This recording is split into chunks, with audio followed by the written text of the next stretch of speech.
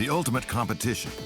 The shooting star of the world-renowned Austrian ski team, Manuel Feller, against one of the best skiers of all time, Marc Girardelli. The winner should be obvious, but what if the young champion has to use old skis?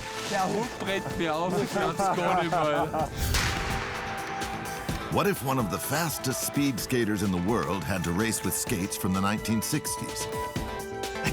Those look slow. Against the best speed skater of the 1960s. Oh, that was ugly. What happens when modern-day champions use historic equipment to compete with the legends of the past?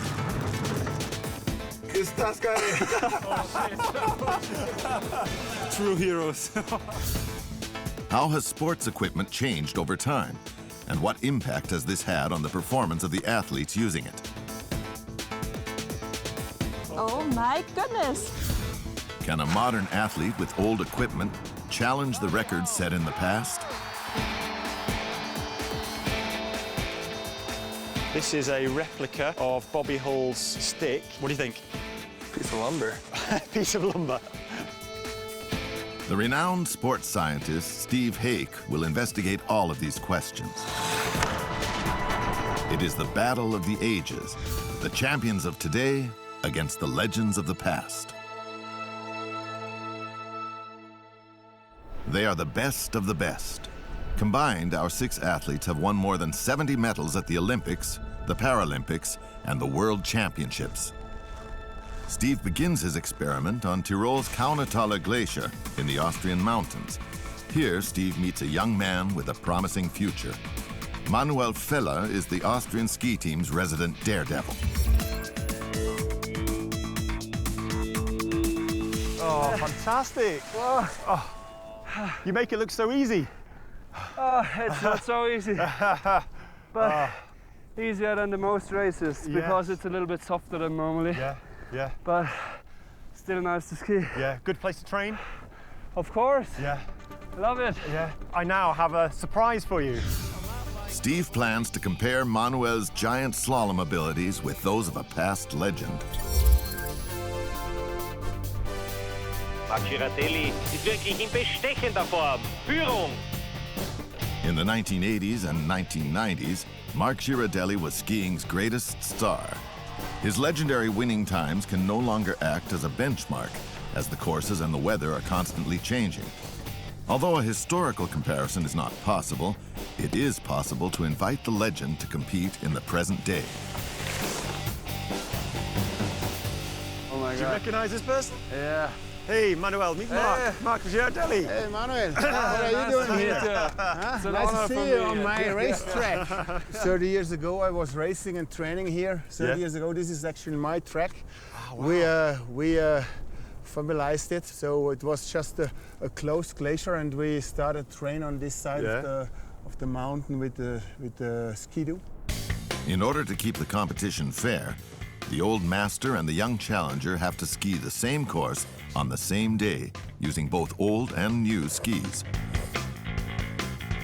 I've got some footage here. You might recognize. This. Immediately. What year was this? What year? 1982. 1982. Okay. So here we go. Marc Girardelli, sein Saisonziel. So what's going on there? That was one of my good races there. But look at this sliding around. It's incredible. So you got this. You see the step turn? You got this step technique. Every turn he steps to make some height to don't lose the line. Look at the snow, how it goes in the air. That cost 3/10 that turn. It's like dancing on snow, Yeah. There you go. Hey, you had hairs like me. Yeah. Hey! This is the secret. Yeah, that's the secret. Marc is considered one of the most elegant skiers of all time and used a light-footed step-turn technique. Manuel never learned this technique. He has been carving since he first stood on skis. Skis from the 1980s had a long turning radius, and skiers had to hop to avoid drifting wide of the gates. Modern carving skis have deep side cuts and a shorter turning radius, so athletes can keep both skis down, lean into the edges, and carve right through the gates while gaining speed. Marc and Manuel will race this course twice in an attempt to find out how much the modern materials and technology improve speed. So, who's going to win this combined challenge? Yeah, I think there is no question who is winning is the combined time between both of these models. Yeah. That is definitely Mr. Feller. That's an honor for me to hear words like this from his mouth. The question is how much time he beats me up, and my guess is that both times combined that he has an advantage of minimum 6 seconds. Because 6 seconds. Wow. if I lose less than a second, then I'm gonna start training and ski again next year. Or I quit skiing. Yeah, probably. Probably it's the better idea. Okay. In order to keep things fair for Mark, who no longer trains every day, the course will not be a regular giant slalom, which may take longer than a minute, but rather a typical training run of about 35 seconds. 5, 4, 3, 2, 1, los. For the first run, Manuel uses his cutting-edge carvers, and the well-trained and extremely motivated athlete takes off like a rocket.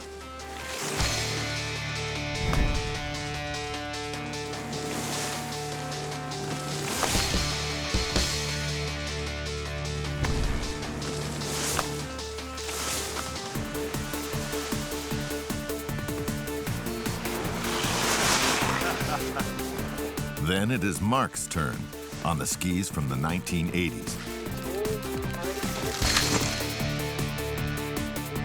Mark is at a disadvantage as he hasn't raced for more than 20 years. However, the old magic is undoubtedly still there.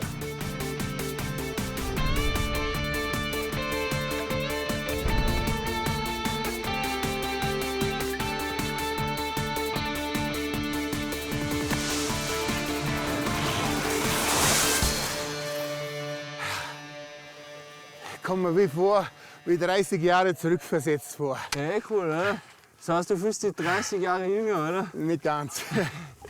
Well, boys, how did it go? What do you think? It's surprisingly better than expected because it's a long time ago I skied on the skis, I think end of the 90s. In terms of you on your new ski, you on your old ski, what do you think the difference in time was? Me is on the new. Yeah. Yeah, so I won. Hopefully. So you won. You did win. So you beat Mark on the old skis. That's no question. Yeah. How many seconds do you think? I think it's something around 5 seconds, I would guess. 4 seconds. 4.12 seconds. So he's really fast. Yeah. For the second round, Mark and Manuel swap skis. Mark is now using the carvers. It immediately becomes apparent that he is accustomed to the newest skis and modern techniques. He is as graceful as ever, but carving is a grueling effort for an older athlete.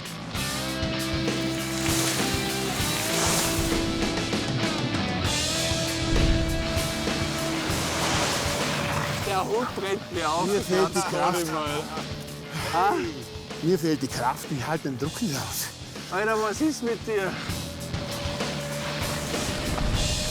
Finally, Manuel has to race the course on the old skis, using a completely unfamiliar technique.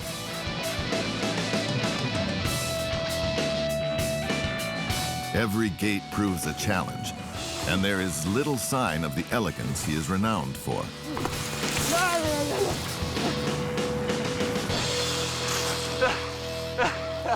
Ja, scheiße! I could hear you from here. How was that? That was tough. It's like you ski every turn just with one ski. Really? Because the outside ski is always like this. So now, okay, you go on the old skis, you go on the new skis. Yeah. So let's see what happens. Now we see something funny. So this is the first gate there. Yeah. Okay. So you're ahead at the moment. I skied every turn just with the inside ski. The Yeah. outside ski never really had much pressure. Let me ask you the question then. You on the old ski now, you on the new ski. Who won? Yeah, I guess I won. Yeah. How close? How many seconds? 2. Not bad, 1.65. So you beat him by 1.65 seconds. Yeah. So you won the first race, you won the second race. So the cumulative difference was about 2 point something seconds. Good. So okay. that was really good. Congratulations. Hey, you were faster. Yeah, congratulations to you. It was awesome skiing from you. Of course, you look much more, how is it called? Elegant? Elegant. The battle of the generations revealed that whoever raced using the carving skis emerged victorious. Both were able to improve their times by approximately 7% when using the modern skis.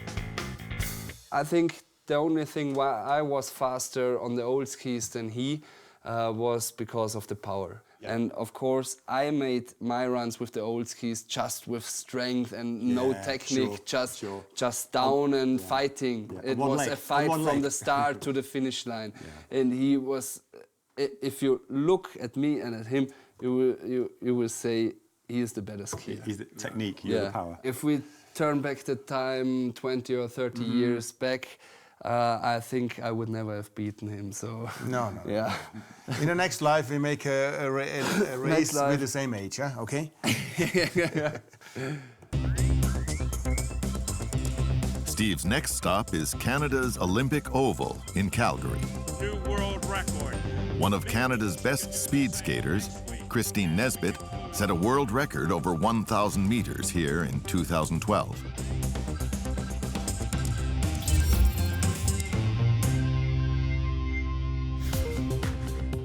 Today, she returns to the scene of her triumph to face a new challenge.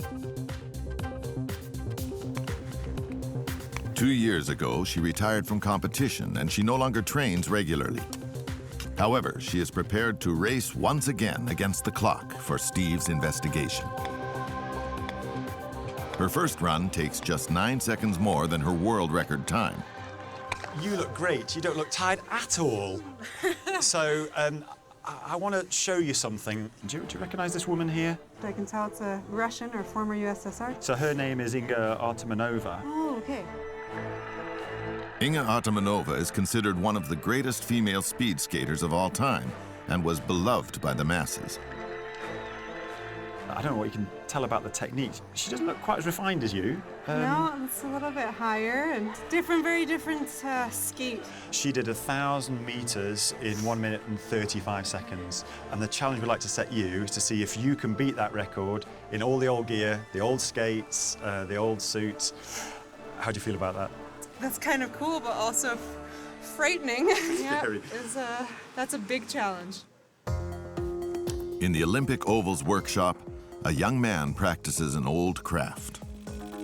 Tyler DeRoe usually produces high-tech ice skates for top athletes. Today, however, he's working on skates similar to those of 50 years ago.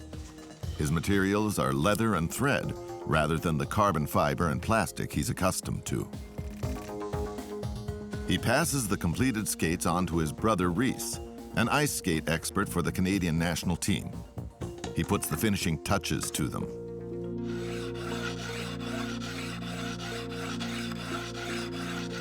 The result is an exact replica of an ice skate from the 1960s. It is significantly different to the skates of today. One of the biggest advancements in speed skating in the last 20 years is the clap skate. So you can see it's hinged. Yeah. I can actually take the blade cover off. Yeah. So you have the clap, and it makes it a totally different sport than what it was before. With older fixed blade skates, the toe digs in and the heel loses contact with the ice. With a modern clap skate, the blade spends over 10% more time in contact with the ice, allowing more physical energy to be transferred. You get longer strides. There's just much more power generated per stride. The skates are one important element of speed skating. The ice itself is another. Inga achieved her fastest 1,000 meters on artificial ice in Japan. Ice experts have always attempted to create the best possible conditions for athletes. Mark Messer is known as the ice guru in the world of speed skating. It looks the smoothest ice I've ever seen. How do you do that? We actually cut the top of the ice off with an 8-foot wide blade. Yeah. And that gives us a very nice, clean, flat surface, and then there's a little bit of water applied on top of that. Yeah. And you just know that it's going to be fast. Smooth ice is fast, because there are no bumps to impede or slow progress. But why do skates glide on ice at all? When the blades move across the ice, they create friction. This raises the temperature of the blade, which melts the ice below it. The blades are therefore actually moving over a thin film of water. So what makes good ice? What do you look for? Well, there's generally kind of a sweet spot. You don't want really cold ice, and you don't want really warm ice. Sorry, that sounds really crazy. You don't want cold ice, you don't want... Okay, go on, what does that mean? Well, cold ice is nice because it's hard, but it's much more difficult to get your edge into the ice. So it's difficult to start, probably. Mm-hmm. Yeah. And it's kind of hard to maintain speed throughout a race. And then warm ice is very soft, which is nice because you get a lot of grip. But it's really slow because it's sticky. Oh, it feels... So it's difficult to glide on the flats then? Okay. Yeah. So I like an ice that was probably a little bit more on the sticky side because while I glide well, I was much more of a power-oriented athlete, so I could just overcome that ice. Power through that stickiness? Yes. The guys that create the ice, if they know what you like, do they ever make exactly what you want? I don't know. Now, we set you the challenge to race against Inga, which means we have to race you in some old ice skates. So we've had some made for you. So Tyler, what have you got for us? Nice to see you too. Yeah, I got some old replica 1960 speed skates for you here to try. Those look slow. Yeah. They are beautiful. Listen, I'll leave you to try them on. All right. See how this goes. So they're certainly going to feel different than what you're used to skating on. We tried to size them up as best we could to what your foot size is. It's going to be rough standing up here. Oh, jeez.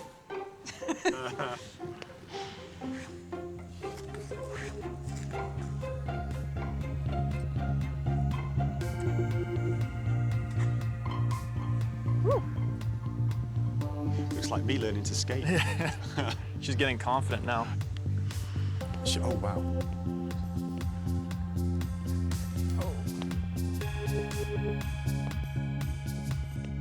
So she's getting down into the position. Yeah. Here she comes. When she's getting lower like this, it's going to put more stress on the stability of her ankle here as she's trying to get more compact. Hi, how you doing? Hi. How does it feel? It feels... Oh. That's how it feels. That's how it feels. Okay. There's a lot of ankle mobility in these. I can see, yeah. And what about the chief difference, which is they're fixed versus the clap skates? I mean, I'm being very conscious of not pushing off the ball of my foot, like really sitting on my heel, but it makes me feel, I feel super clunky. Yeah. As soon as the gun goes, I feel like my adrenaline will kick me back into modern technique, and I might be in trouble. So we'll see. Christine's modern technique is to push off the ball of her foot, but this won't work on the old ice skates. She has to make sure that she doesn't automatically fall back on the technique she has learned over thousands of hours of training. To make it even more challenging, she has to swap her aerodynamic bodysuit for the wool that Inga wore.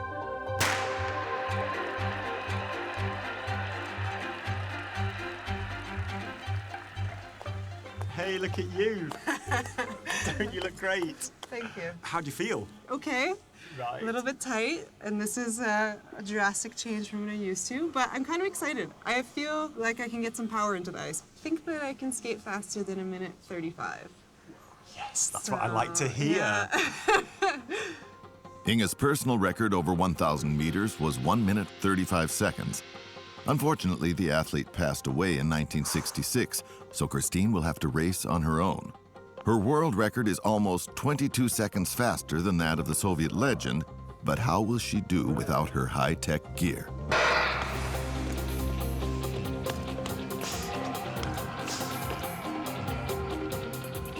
Christine gets off to a good start, but the blades of the unfamiliar skates dig into the ice, slowing her down. The woolen clothes don't help.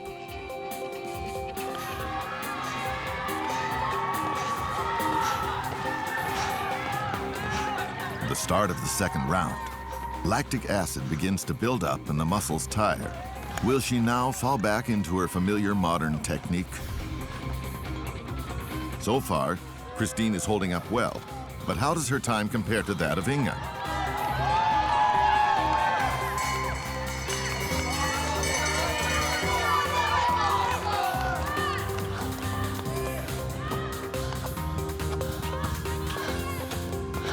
Based on historic records, Inge is in front.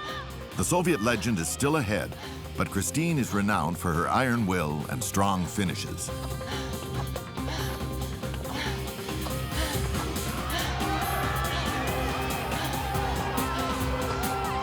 There are just a few meters left, and it is going to be extremely close.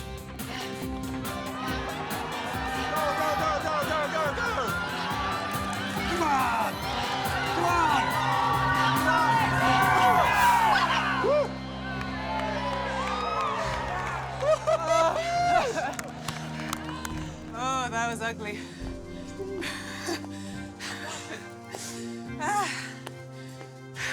Just under 1 minute 35, you did it! I did it! You just squeaked in. Yeah. My goodness. Well, I thought I would break it by more than that, to be honest. But, yeah, that's pretty good. That's pretty cool. Christine's race on those old skates was super exciting. She went out there, she absolutely nailed it. It tells me that part of the story with speed skating is the new clap skate, but also the strength and conditioning, the coaching that these new athletes put in. You said you'd do it, and you did it. It's It must pretty feel neat. good. Yeah, it does feel good. Excellent, well done. Take that. Okay. Let's talk now. Do you need to warm down? Yeah, I at least need to grab some water.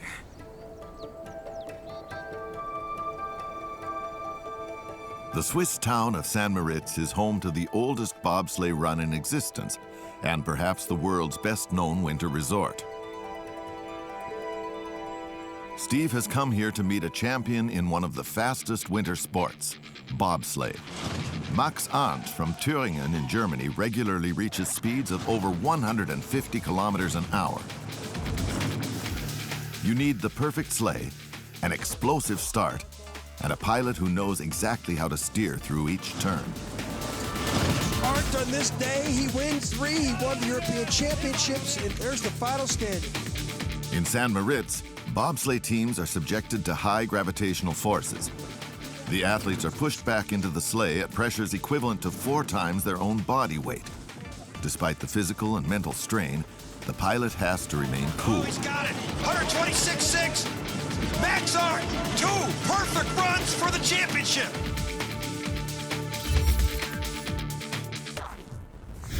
Hey, Alex. Steve has arranged to meet Max Arndt and his teammate Alexander Rödiger to present them with a very unusual challenge.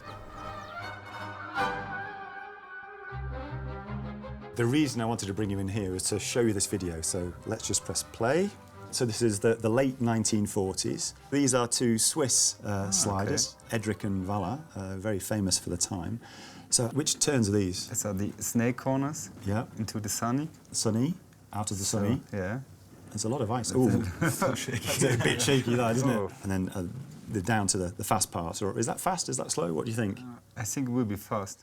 And there go the Swiss tandem, Endrick and Walla. Felix Endrich and Fritz Walla won Olympic gold on this course in 1948 with a time of 1 minute and 22.55 seconds. Strange end, strange finish. Different now. So the challenge is we want you to go down this track in that sled, dressed like these guys. For sure. For sure, yeah. So how does that make you feel? Are you okay about that? A little bit, yeah. A little bit of scared. A little bit scared? I think it will be okay and fun for us too. What about at the back? You're not really covered, are you? You drive down with nothing. It's just a frame and some runners. Okay. So you won't fall out, will you? Yeah. Please don't fall out. Okay, so I'm interested on how you might feel when you go down. So I've got a watch here, and this watch has got a heart rate monitor on it, so you can see back there. So if you wear that around your wrist, I'll monitor your heart rate as you go down, and we'll have a look later and see how you got on. I'm interested too. Yeah, excellent. Thank you. So maybe we can train or test something before? I don't want you to go down until the first run is the first run. Okay. Is that okay? That's a deal. Okay. Tricky, but that's the deal. Okay. Good. We tried. Excellent. The San Moritz bobsleigh run is the oldest in the world and the only course which still consists exclusively of natural ice and snow. The Bob Run was opened in 1904, and every year a small group of South Tyroleans congregates to shape the bends and straights of the course. An original bobsleigh from the 1940s is restored for this experiment.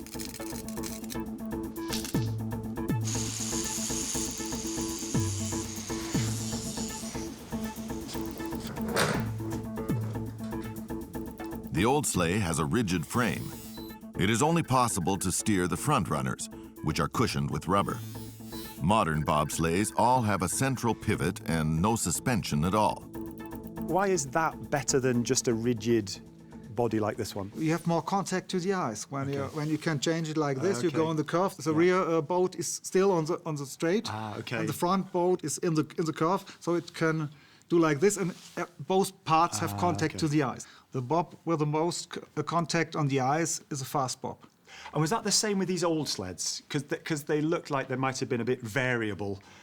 Was it as close in the olden days, in the 1950s? No. It's different. It's to start. It's not impossible. It's really only the driving, and there are tracks where when you go too fast, you can't go around the next corner. Yeah. So you're throwing in the forest or like that, and perhaps you die. In fact, the 1948 Olympic champion Felix Endrich was killed in such an accident in 1953. Old-fashioned bobsleighs provided little protection for the crew, from the course or from the wind currents. The open structure created a chaotic wake which increased aerodynamic drag and slowed the sleigh down. In a modern enclosed sleigh, all the athletes can find racing positions that create minimal turbulence, thereby decreasing the air resistance. In order to get the sleigh moving, modern teams use special shoes studded with dozens of spikes.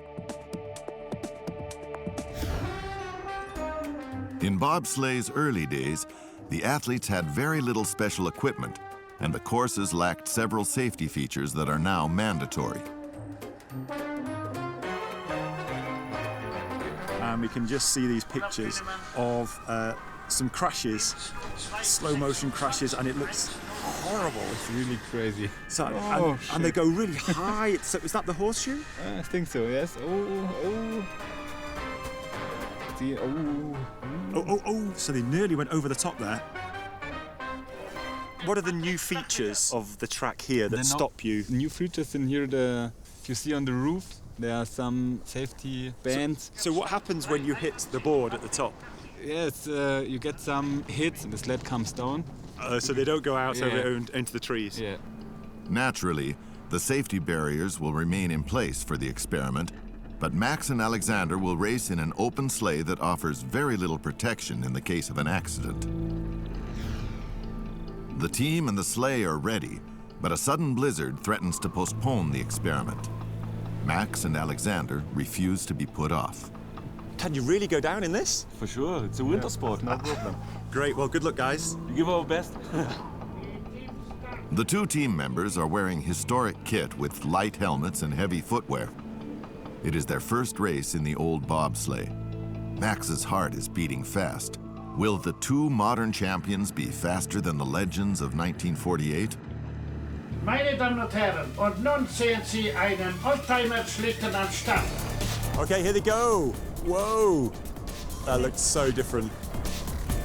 They appear to have some trouble getting started. So slower on the start.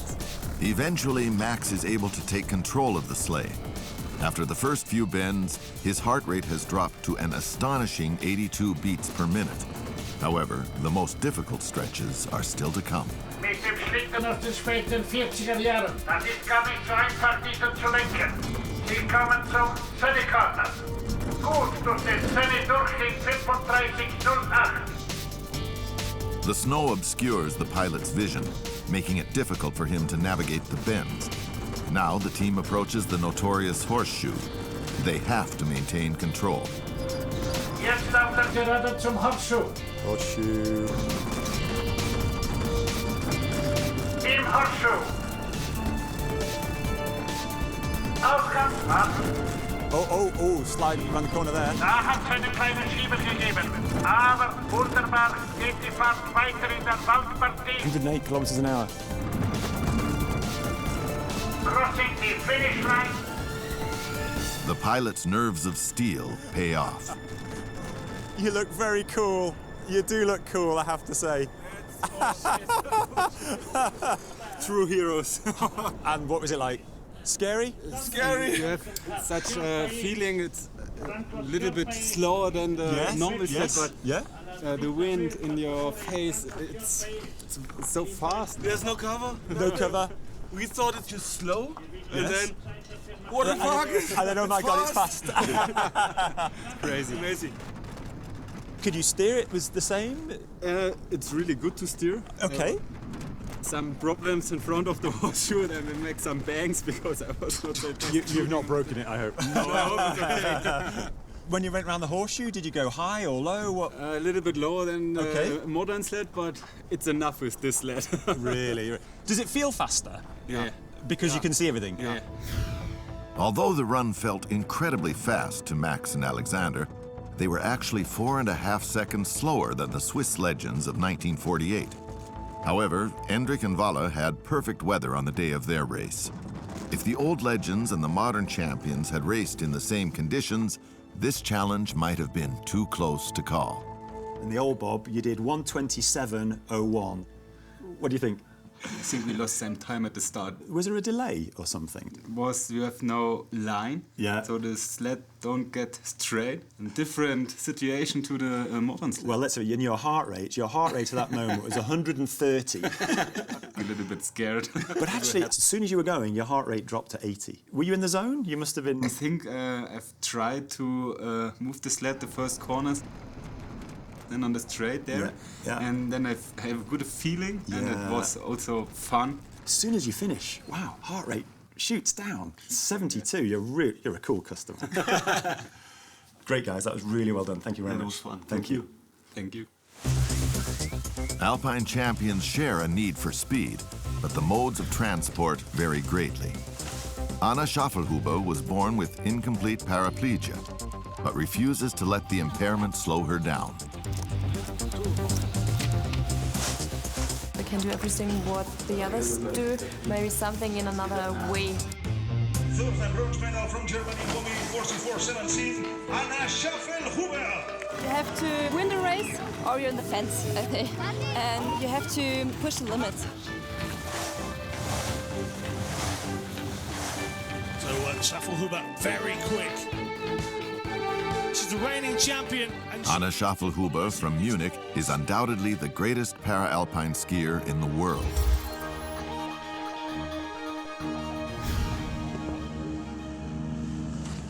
We return to the Kaunertaler Glacier in the Austrian mountains and to the giant slalom course. High-tech sensors are attached to Anna's sit ski before she throws herself into the downhill race.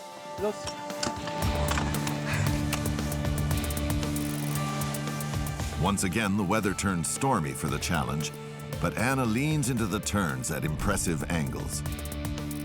She's subject to gravitational forces many times her own body weight, and her speed and the angle of her body are very similar to those of a conventional skier.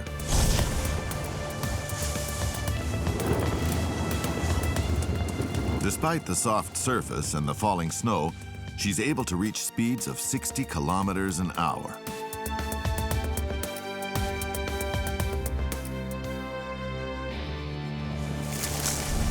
She finishes with a time of 47 seconds. Anna, that was fantastic. It's so elegant, so smooth. Yes, that was cool. It's good. A lot of fun. So what is the snow like today? Oh, the snow is very good. So it's a little bit soft, but very grippy. Yeah. So yeah, today is pretty good to race. This type of sit ski was developed in the early 1980s. One of the pioneering designers was Alois Praschberger. Is this yours? That's my monoski. That's the first one. You made this? Yes, you made this. for me. And I love this, the old-fashioned seatbelt. Yeah, it's just fantastic. Yeah, looks like it's from an old Nissan or something. Yeah. The suspension system looks really quite interesting. Yeah, it's very, very simple. It was a shock absorber from a car. The same car as the seatbelt, probably? Yeah, maybe, yeah. What was it like when you first got in this and tried it? It was really new for me. Yes. To go with the D-bar to the top of the mountain, yes, see the mountain, so that's... Again. Yeah, again, that's right, yeah. And in comparison to downhill skiing, what was it like in comparison? Was it better? Was it different? I needed approximately 1 year to ski a little bit on a flat slope. Wow. It was, I falling down and change the angle, change the seat or whatever. So I needed really 1 year. And that was not skiing, but 1 year it was a little bit skiing on a flat slope. You cannot compare the skiing now. Okay. It's a big difference. It's a Right. big difference. It was really new, and I go on the slope and falling everywhere, falling down and. So for the first year, it wasn't skiing; it was falling. Yeah, it was more. It's a falling ski. Yeah. Yeah. Yes. Alois built the first sit ski for himself, but others soon followed. A community of like-minded sit ski builders and users quickly developed. Today, the original sit ski will once again be put through its paces. Oh, hey, Anna. Hi, Steve. So I have a special challenge for you today. We have an old sit ski Okay. that we'd like you to try. Are you happy to do that? Yes, looking forward to do this. I've never raced with this or did a training run or whatever. Ooh. So I think it will be very exciting today.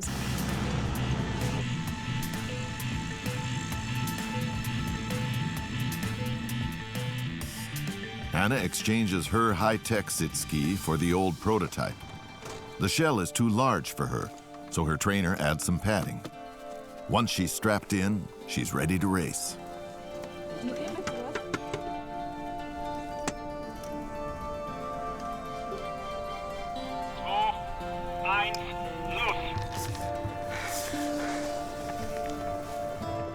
It's a slow start, but Anna makes it past the first few gates on the flat. However, the old sit ski won't allow her to lean into the turns, and the simple suspension system proves to be a major problem.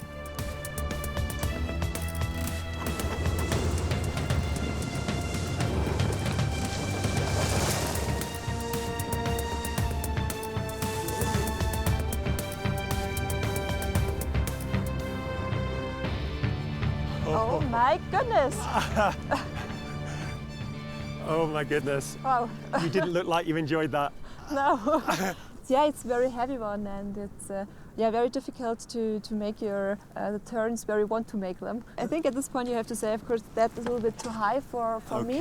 And Naturally, Alois originally designed the seat for his own requirements. This is the difference between this experiment and the others. In the other challenges, the vintage equipment was old-fashioned, but it was technology that had been developed and improved over time. The sit ski Anna used, on the other hand, was a basic prototype with a spring that threw her off balance.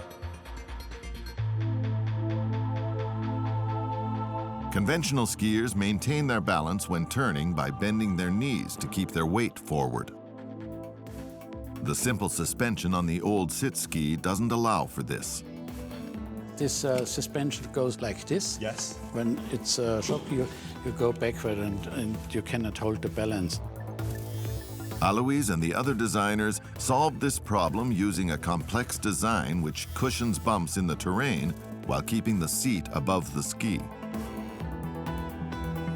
Armed with this idea and a number of other innovative approaches, Alois Praschberger opened a company for sports equipment expressly designed for disabled people.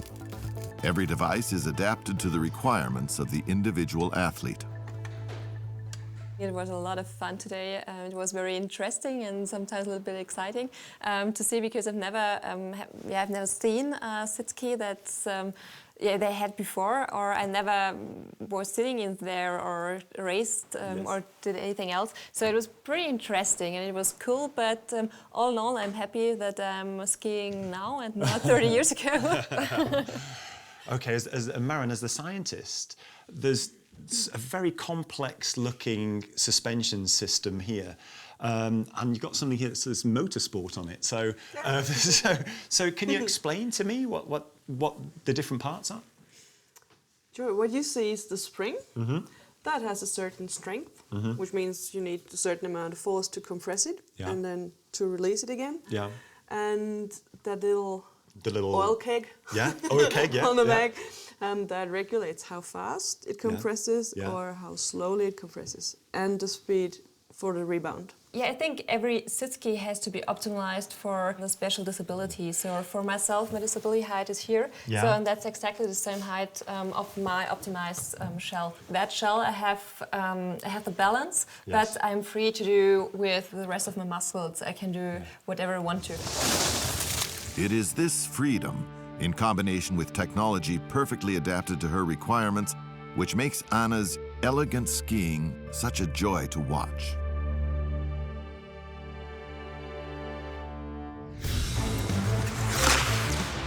It is time to return to the ice and to visit Canada's British Columbia, where a true ice hockey champion is warming up with a young, up-and-coming goalie.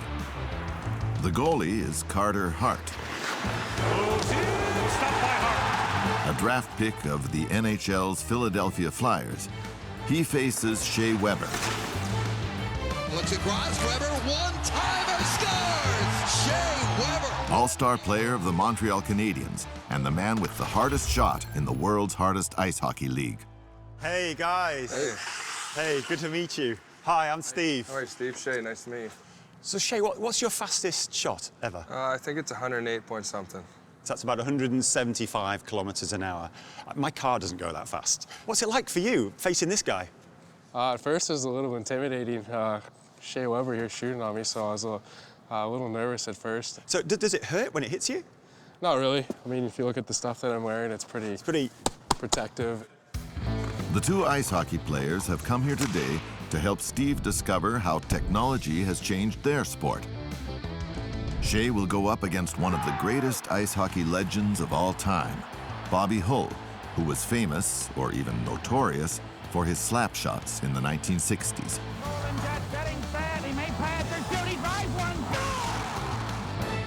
This 1968 edition of Popular Mechanics claims that Bobby Hull performed a slap shot that traveled at a blistering 190 kilometers per hour.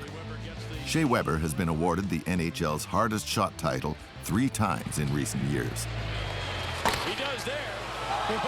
His record is a puck speed of 174 kilometers per hour. Impressive, but far slower than Bobby Hull's alleged top speed. Was it Hull's technique or his equipment that gave him the edge? Or can Shea beat the legendary hockey player on a level playing field?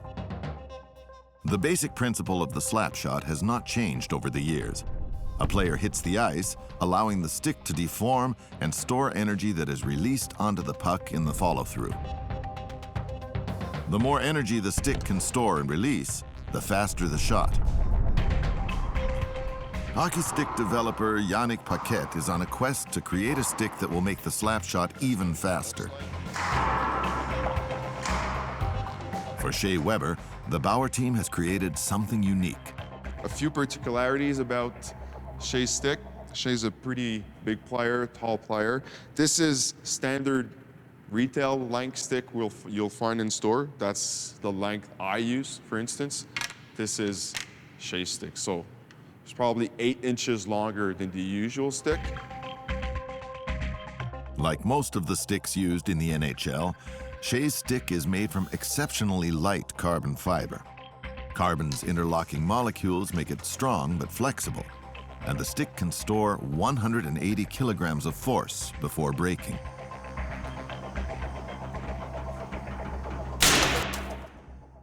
It's almost twice as stiff as what the average hockey player would use. I was talking to the captain of the Calgary Flames. He says, I picked up Shea Weber's stick I couldn't believe how there was no flex in it at all. What does that mean to you then, using a really, really stiff hockey stick? How do you use this to do that slap shot? Obviously I like it really stiff because I like to put as much torque and force into it as I can. Compared to Shea's stick, this wooden model, like the one used by Bobby Hull, can store less than half the energy.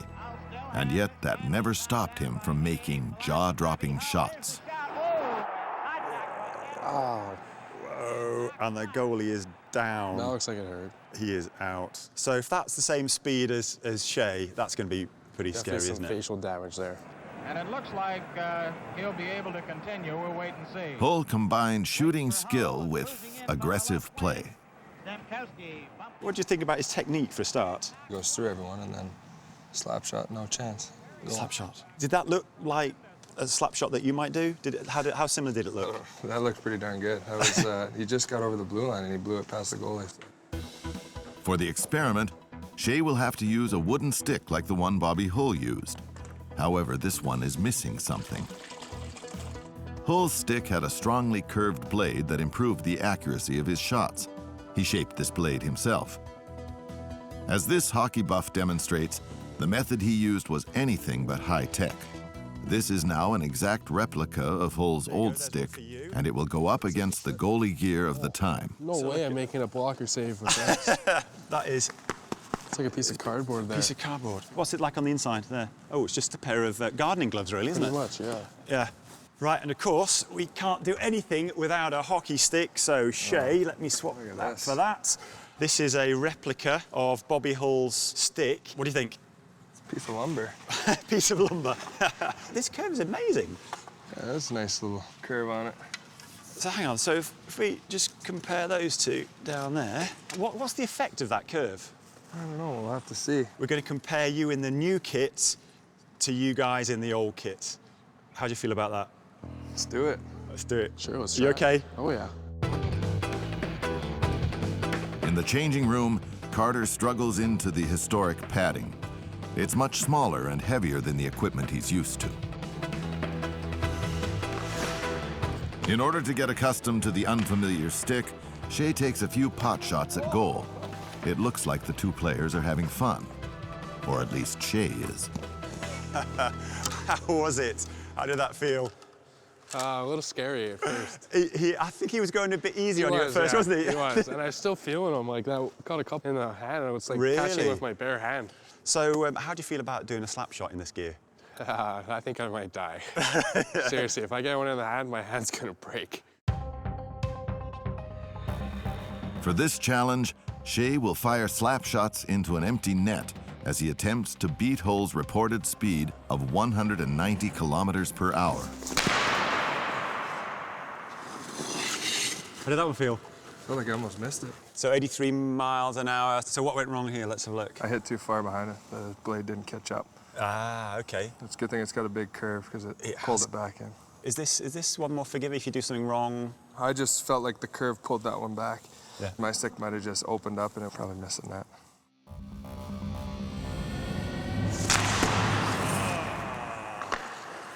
'91, going up. What's that, about 145 kilometers an hour? How did that feel? Not bad. I was just worried about falling over there, so I'm pretty impressed. How much effort was that in terms of the slap shot? No, it was pretty good effort. It's a lot different, especially with the shorter stick. Had to get in a different position, but it felt pretty good. So I like to feel the stick. Do you reckon you could do a faster one? I think. I mean, if I got some practice, I think I'd be able to get a little harder.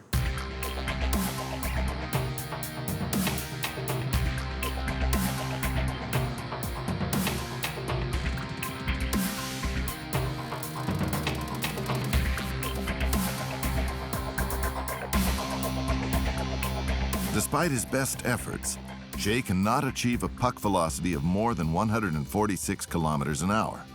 Is he just having a bad day? Steve asks him to try it with his carbon fiber stick.